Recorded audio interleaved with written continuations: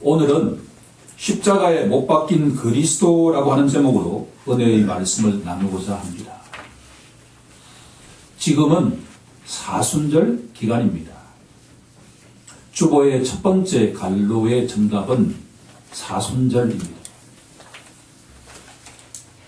사순절은 부활주일 전 40일 동안 금식하면서 예수님의 사역을 기억하는 시간입니다. 장로님께서 조금 전에 기도하셨지만 전 세계적으로 퍼져나가고 있는 코로나19 바이러스 현장에도 우리 주님이 함께 하시는 줄로 믿습니다. 주님은 이 땅에서 질고를 지셨고 고통받는 영혼이 있다면 어디라도 찾아가시는 분이기 때문입니다. 주님이 그들을 위로하고 계시는 줄로 믿습니다. 4월 12일은 부활주일입니다. 부활주일의 참 의미를 깨닫기 위해서 오늘 이번 주와 다음 주에 걸쳐서 십자가에 못 박힌 그리스도의 현장으로 우리가 가보길 간절히 소망합니다. 유대인은 한 주의 마지막 날 안식일을 중시했지만 그리스도인들은 한 주를 새롭게 시작하는 첫날을 중시합니다. 왜냐하면 예수님께서 부활하신 날이 한 주의 첫날이기 때문입니다. 이 날을 우리들은 주의 날, 줄여서 주일이라고 부르고 있습니다. 부활주일은 1년에 한 번이 아니라 매주가 부활주일인 줄로 믿습니다. 우리가 이 예배당에 나올 때마다 부활하신 주님을 연합한 자로서 만나기 위해서 나오는 줄로 믿습니다. 눈에 보이지 않지만 그분을 우리가 인격적으로 만나면서 그분과 교제하는 가운데 이 세상의 모든 고난과 고통은 사라지는 줄로 믿습니다. 우리는 일상에서 모순이라고 하는 단어를 자주 사용합니다. 모순은 창과 방패라는 뜻인데 사람의 말이나 행동의 앞뒤가 서로 맞지 않을 때 사용하는 말입니다. 주님이 사랑하시는 성도 여러분, 성경에서 가장 모순적인 구절이 무엇인가라고 질문한다면 바로 오늘 설교의 제목인 십자가에 못 박힌 그리스도가 아니겠습니까? 사도 바울은 고린도전서 1장 23절에서 이렇게 선포합니다. 우리는 십자가에 못 박힌 그리스도를 전하니 유대인에게는 거리끼는 것이요 이방인에게는 미련한 것이로되. 다메섹 도상에서 회심한 사도 바울이 전파했던 것은 딱 하나입니다. 바로 십자가에 못 박힌 그리스도였습니다. 그런데 사도 바울이 전한 이 설교가 유대인들은 거리끼는 것이 없고 장애물이 되는 것이 없고 헬라인들에게는 어리석은 것이었습니다. 십자가에 못 박힌 그리스도를 어떤 신학자는 튀긴 얼음에 표현했습니다. 너무나 멋지지 않습니까? 얼음이 어떻게 튀길 수가 있겠습니까? 그런데 그것이 만약 가능하다면 튀긴 얼음이 바로 오늘 설교의 제목이다라고 하는 겁니다.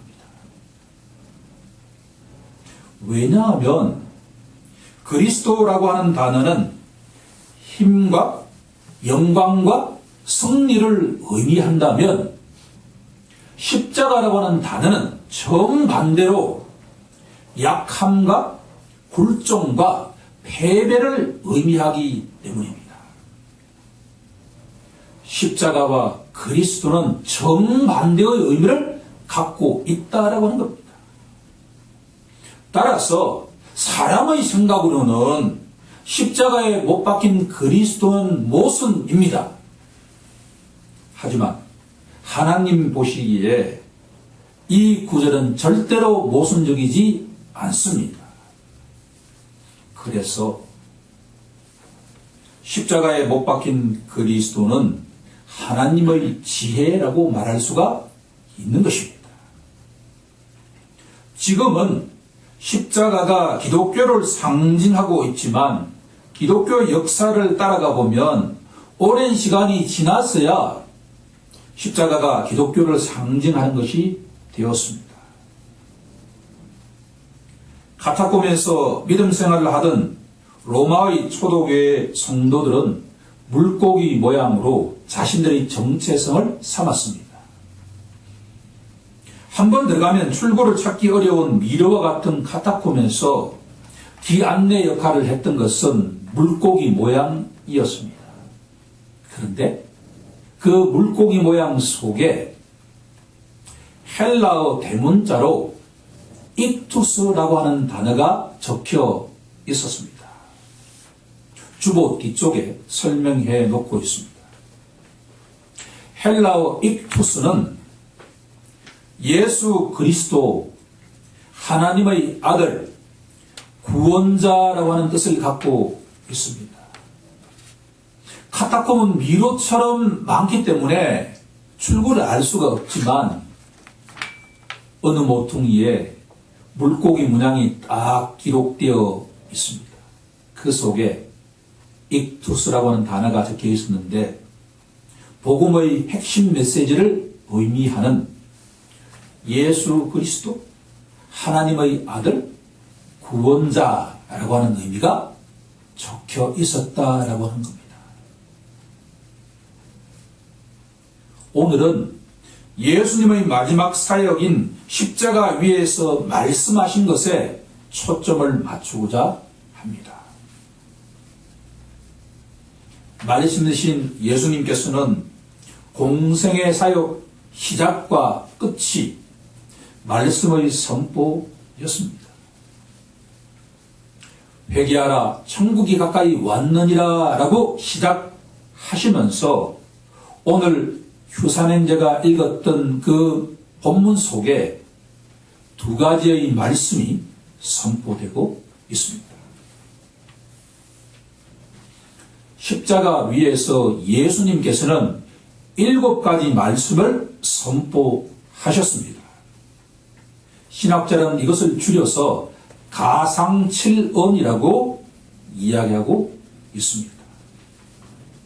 오늘은 가상칠언 가운데 첫 3가지 말씀에 초점을 맞추어서 십자가의 참된 의미를 깨닫는 은혜의 시간이 되길 간절히 소망합니다. 예수님께서 십자가 위에서 처음으로 하신 말씀은 34절에 나오는 내용입니다. 아버지, 저들을 사하여 주옵소서. 이 말씀은 용서의 말씀입니다. 두 번째 갈로의 정답은 용서입니다.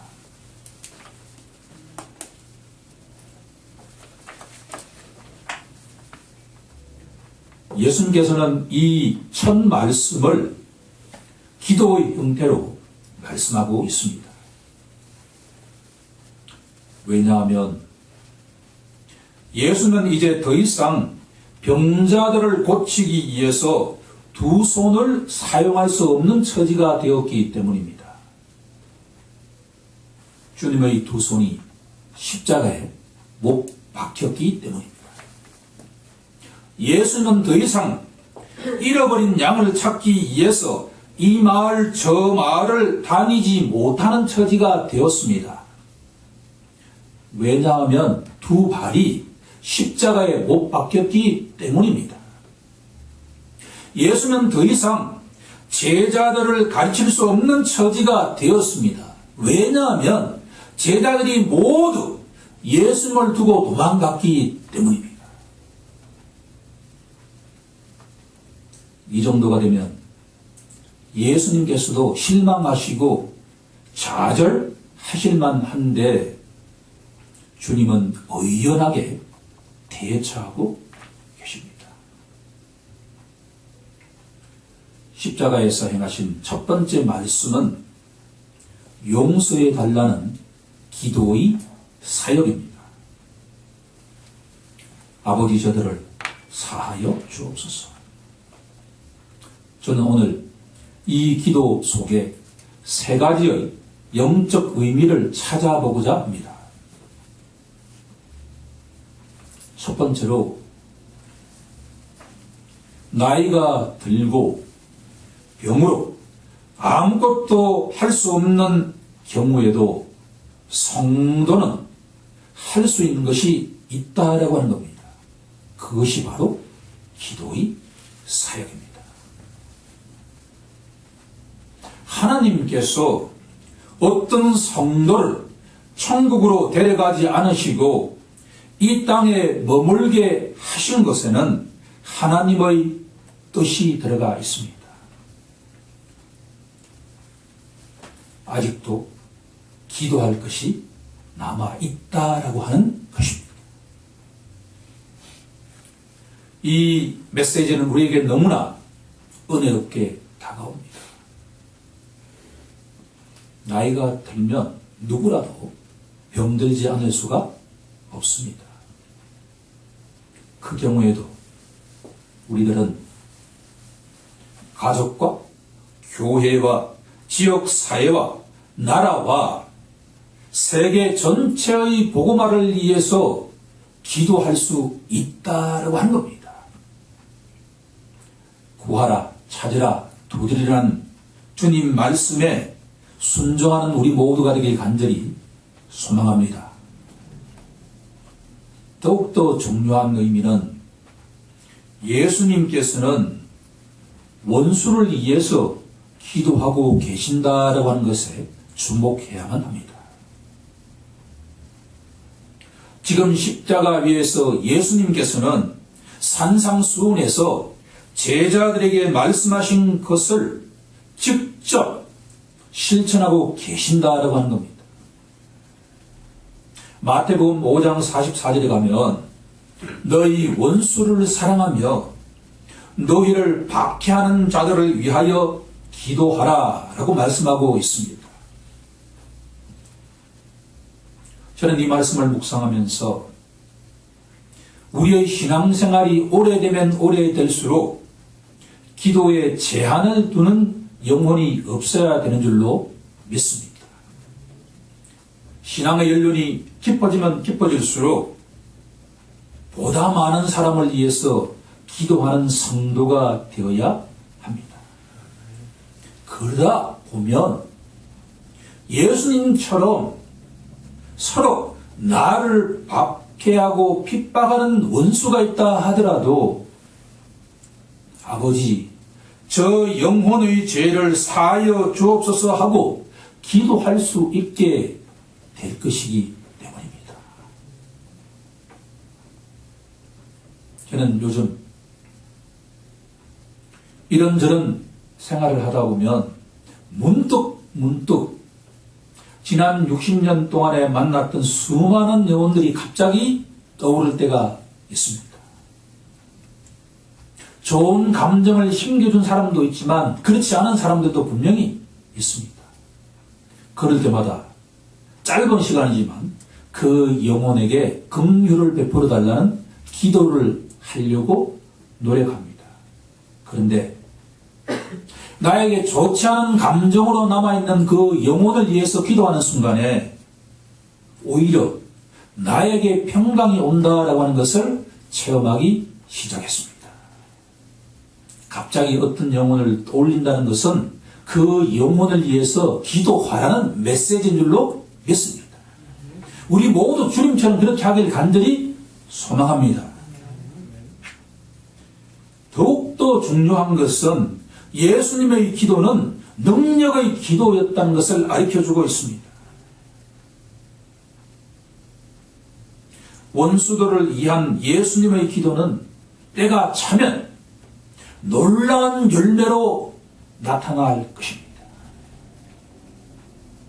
오순절 날이 되어서 성령으로 충만한 사도 베드로가 설교하자 하루에 3,000명이 회심하는 사건이 일어났습니다. 한 번의 설교로 3,000명이 회심한 이 사건은 사도 베드로의 유창한 설교 때문이었겠습니까? 아니면 십자가 상에서 고통받으면서 원수를 위해서 기도하신 예수님 때문이겠습니까?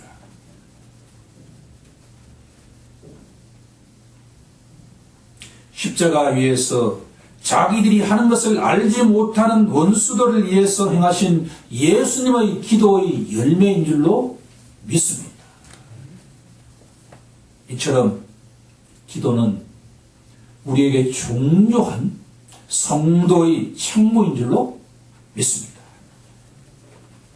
가성치는 7가지 말씀 중에서 두 번째 말씀은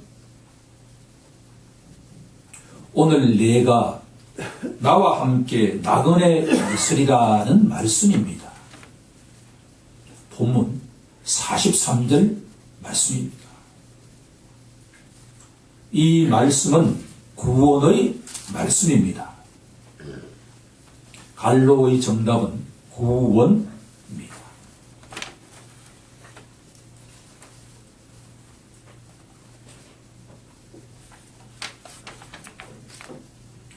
세상 만사에 우연이라고 하는 것은 하나님 보시기에 없습니다. 모든 일에는 하나님의 뜻, 하나님의 섭리가 작동하고 있습니다. 이렇게 본다면 지금 전 세계적으로 들불처럼 번져나가는 이 사태 속에도 하나님의 뜻과 섭리가 숨겨져 있지 않겠습니까? 우리가 그 뜻을 정확하게는 알지 못하지만 하나님은 선한 길로 우리를 인도해 가신다라고 하는 믿음은 너무나 중요하지 않겠습니까? 예수님께서 베들레헴의 말구유에서 탄생하신 것도 하나님의 섭리이고 오늘 본문에 나오는 것처럼 십자가 위에서 공생애를 마치게 하신 것도 하나님의 섭리입니다. 아버지 하나님께서 영원 전부터 자기 아들이 언제 어디서 어떻게 태어나고 어떻게 죽을 것인지를 이미 예정해 놓으셨습니다. 빌라도 총독이 두 강도 사이에서 예수님의 십자가형을 선고했을 때에도 빌라도는 몰랐지만 하나님의 뜻을 행하고 있었던 것입니다.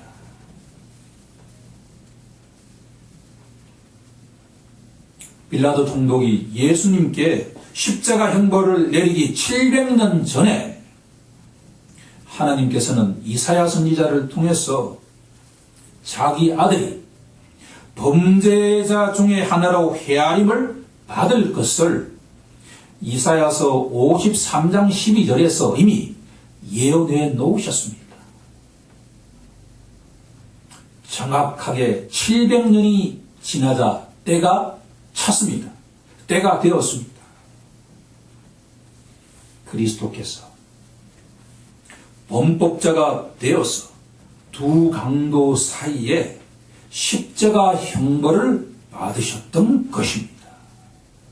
오늘 본문에 있는 십자가는 하나님 말씀의 성취입니다.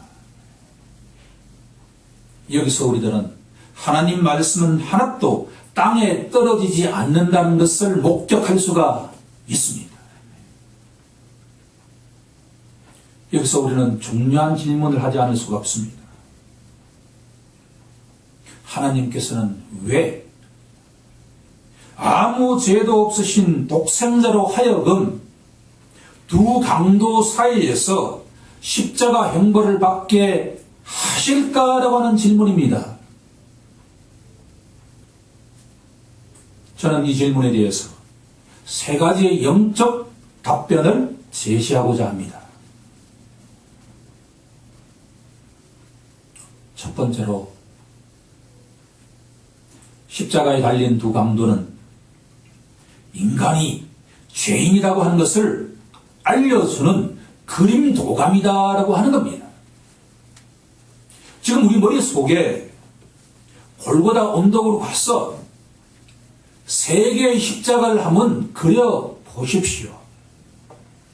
그 중간에 예수님이 달려 계시고 오른쪽에도 강도가 있고 왼쪽에도 강도가 있습니다. 왜 하나님께서 마지막 예수님의 사역에 이렇게 십자가 형벌을 혼자가 아니라 세 사람이 함께 달리게 하셨을까라고 질문한다면 거기에는 중요한 영적 의미가 있다라고 하는 겁니다. 예수님께서 이 땅에 오신 목적은 딱 하나뿐입니다. 잃어버린 양을 찾아서 그들을 구원하기 위해서 오셨습니다. 누가복음 19장 10절은 이렇게 증언합니다. 인자가 온 곳은 잃어버린 자를 찾아서 구원하려 함이니라. 예수님 좌우에 못 박힌 두 강도는 아담의 후손은 그 누구라도 두 강도처럼 죄인이다라고 하는 것을 시각적으로 보여주고 있다라고 하는 겁니다.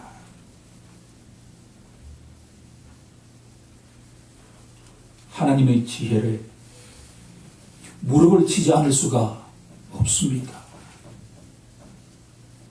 마지막 사역을 이처럼 그 고통스러운 십자가 사역으로 마감하게 하신 것에는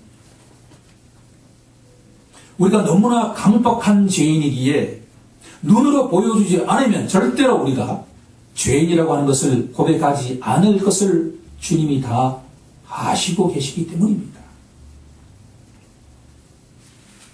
그런데 우리가 하나 기억해야 할 것이 있습니다. 십자가에 달린 두 강도가 과연 예수님께 어떤 반응을 보였는가라고 하는 겁니다. 마태복음 27장 44절에 가면 흥미로운 증언이 나옵니다.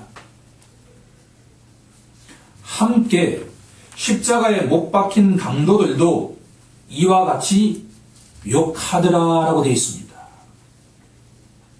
두 강도는 모두 주위에 있는 모든 사람들과 함께 십자가에 못 박힌 예수님을 향해서 가전 욕을 퍼부었다라고 하는 것에 주목해 보아야만 한다는 겁니다.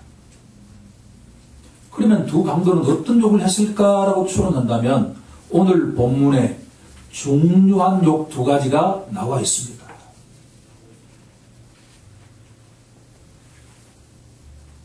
35절 이하를 보시면 나와 있습니다. 내가 만일 하나님의 아들이거든 자기를 구원하고 십자가에서 내려오라라고 하는 겁니다. 또 하나 더 찾아본다면 그 밑에 보시면 그가 남은 구원하였지만 자기는 구원할 수 없도다. 그가 이스라엘의 왕이로다. 지금 십자가에서 내려올지어다. 지금 십자가에서 내려올지어다. 그리하면 내가 믿겠노라라고 하는 욕입니다.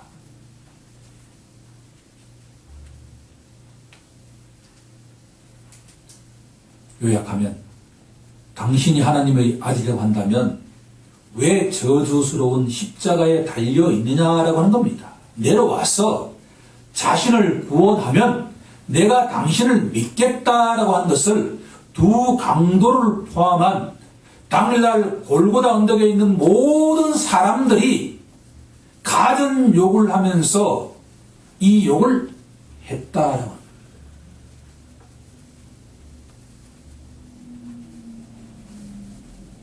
주님이 사랑하시는 성도 여러분, 만약 우리가 지금 2000년 전으로 돌아갔어.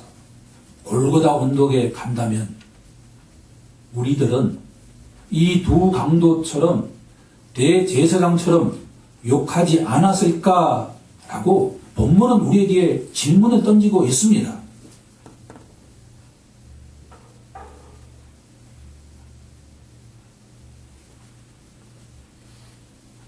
사도 바울은 갈라디아서 2장 20절에서 내가 그리스도와 함께 십자가에 못 박혔다고 고백하고 있습니다. 사도 바울의 이 고백은, 그 위대한 사도 바울의 고백은 내가 바로 십자가에 달린 강도다라고 고백하고 있는 것입니다. 너무나 감사하게도 이 말씀을 준비하는 가운데 저는 저 강도다라고 하는데 나는 인정하지 않을 수가 없었습니다. 내가 강도다라고 하는 겁니다. 만약에 우리 마음속에 주님, 저는 저 십자가에 달린 강도만큼 악한 짓을 하지 않았습니다 라고 고백하는 사람이 있다고 한다면 그 사람에게 과연 소망이 있을까라는 질문을 하지 않을 수가 없습니다.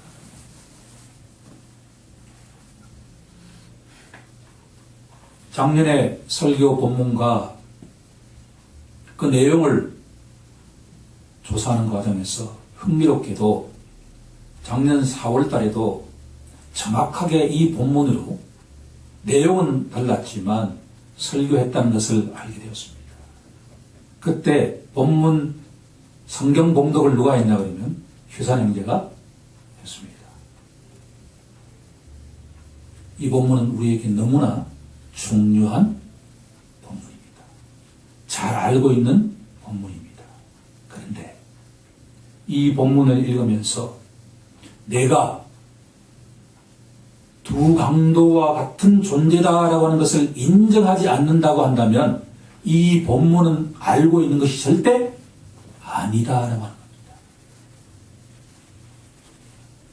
오늘 이 시간 우리가 바로 저 강도다라고 하는 것을 깨닫는 은혜가 우리 모두에게 임하기 간절히 소망합니다. 둘째로, 인간은 두 강도처럼 절망적인 상태에 처하지 않는 한 절대로 그리스도라고 하는 존재를 찾지 않는 것이 인간이다라고 하는 겁니다. 인간은 자신이 죄인이라고 고백하는 것만으로는 불충분합니다.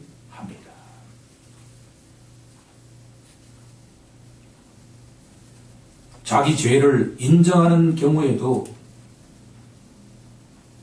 자기 스스로의 힘으로 죄의 쇠사슬에서 빠져나올 수 없다라고 하는 것을 인정하는 것이 중요합니다. 자신이 철저하게 무기력한 존재라는 것을 인정하지 않는 한 예수님을 인격적으로 만날 수는 없기 때문입니다. 허랑방탕한 생활을 하던 탕자가 자기 스스로 죄라는 사슬에서 빠져나오려고 노력하면 노력할수록 구렁텅이에 빠진다는 것을 깨달았을 때야 비로소 아버지를 찾기 시작했습니다. 혈루증을 앓던 여인이 12년 동안 자기 스스로의 힘으로 혈루증에서 벗어나고자 하면 할수록 병세가 더욱더 악화된다는 것을 깨달았을 때야 비로소 그리스도라고 하는 예수를 찾기 시작했습니다. 사랑하는 성도 여러분, 두 강도처럼 우리의 두 손과 두 발이 십자가에 못 박히지 않고서는 절대로 사람은 그리스도라고 하는 존재에게 관심을 갖지 않는다라고 하는 겁니다.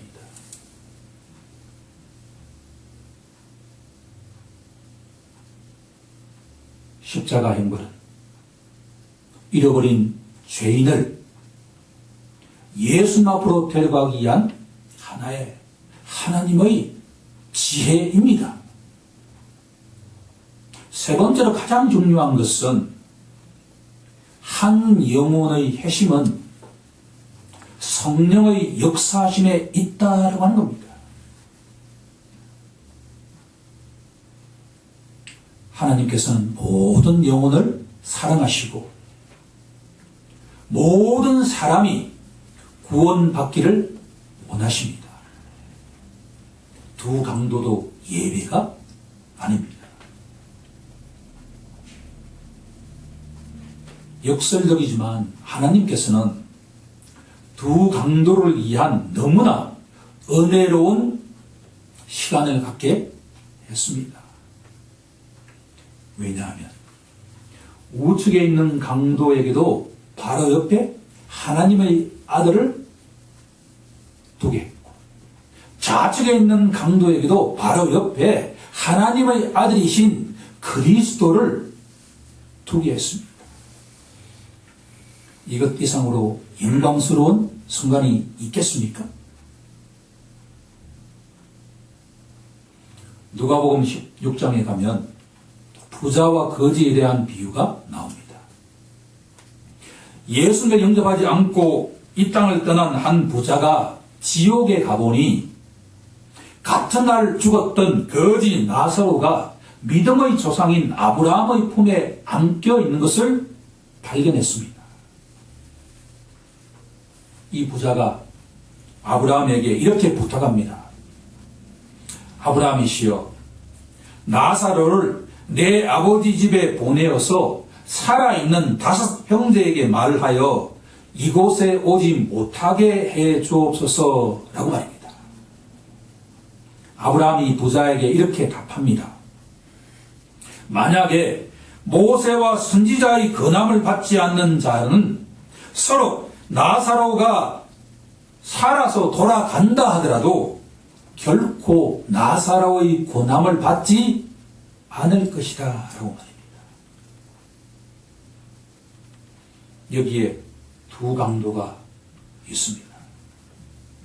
나사로가 아니라 하나님의 아들이신 예수 그리스도가 바로 옆에 있는데도 불구하고 한 사람은 자기 죄를 고백하고 예수님을 구세주로 영접했지만 다른 한 강도는 끝까지 완악한 모습을 보이고 있습니다. 우리는 이 두 극단적인 반응을 어떻게 설명할 수 있을까라고 질문해야만 합니다. 결론은 의외로 간단합니다. 한 강도는 하나님의 은혜의 손길을 붙잡았지만 다른 강도는 그 은혜의 손길을 붙잡지 않았습니다. 은혜의 손길을 붙잡은 강도에게는 생명의 길로 인도함을 받았지만 하나님의 은혜의 손길을 거부한 강도에게는 멸망의 길로 인도함을 받았습니다. 회심이라고 하는 것은 하나님이 베푸시는 은혜의 손길을 능동적으로 받아들인 자에게 주어지는 하나님의 선물입니다. 결국 하나님의 선물을 받아들일 것이냐 거절할 것이냐, 여기에 우리 인생의 영원한 종착역이 달라진다라고 하는 겁니다. 이제 마지막으로 가상치는 가운데 세 번째 말씀으로 나아가고자 합니다. 자기 어머니에게 말씀하시되 여자여 보소서 아들이니이다. 또 그 제자에게 이르시되 보라 내 어머니나. 요한복음 19장 25절 이하 말씀입니다. 마지막 갈보의 정답은 사랑입니다.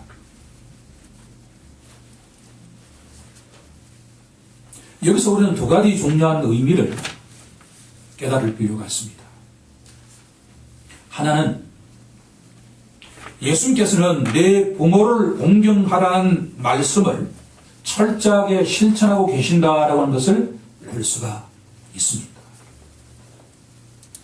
주님께서는 사랑하는 제자 요한에게 자신의 육적 어머니 마리아의 미래를 부탁하고 계십니다.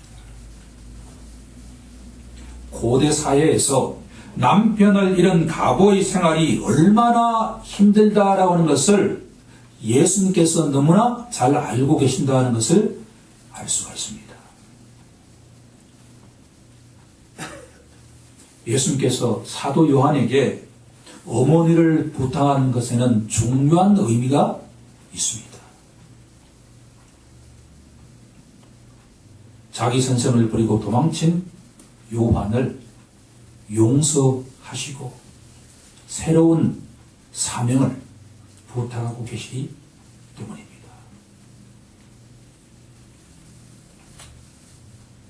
용서는 한 영혼의 인생을 완전하게 뒤바꿔 놓는다라고 하는 것을 알 수가 있습니다. 예수님의 이 용서는 사도 요한으로 하여금 복음서를 짓는 저자가 되게 하고 세 편의 서신서를 짓는 저자가 되게 하고 신구약 성경의 마지막을 장식하는 요한계시록을 기록하는 저자가 되게 하셨습니다. 우리가 예수님처럼 용서해야 되는 이유는 우리의 한 용서가 그 영혼의 인생을 근본적으로 바꿀 수 있다라고 하는 것을 기억해야 하기 때문입니다. 우리 모두 용서하는 성도가 되길 간절히 소망합니다. 마지막으로 어머니 마리아에게 여자여라고 호칭하는 것의 영적 의미를 깨달을 필요가 있습니다. 예수님께서는 요한복음에서 두 차례에 걸쳐서 어머니를 보고 여자여라고 호칭하고 있습니다. 요한복음 2장 4절 말씀과 요한복음 19장 26절 말씀입니다. 예수님께서 어머니를 이렇게 부르신 것은 아무리 하나님의 아들을 성령으로 잉태한 마리아의 경우에도 하나님 보시기에는 한 인간에 불과하다라고 하는 것을 알려주고 있다는 것입니다. 우리는 그리스도에게 돌려야 할 영광을 인간에게 돌려서는 절대로 되지 않습니다. 이 말씀은 예수님께서는 미래를 꿰뚫어 보신다라고 해석할 수가 있습니다. 바로 마리아 숭배 사상을 경고하고 계십니다. 가톨릭이 지금도 진행하고 있는 마리아를 숭배하는 사상은 하나님 보시기에 우상 숭배입니다. 마리아는 주님 앞에는 그저 한 여자에 지나지 않는다라고 하는 것이 본문이 우리에게 던지는 메시지입니다.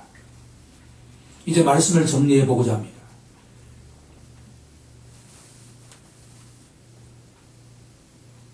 십자가 형벌을 통해서 예수님께서 말씀하신 세 가지 말씀은 하나님이 누구신지를 우리에게 알려주고 있습니다. 첫 번째로 하나님은 용서의 하나님이십니다. 아버지 저들을 사하여 주옵소서.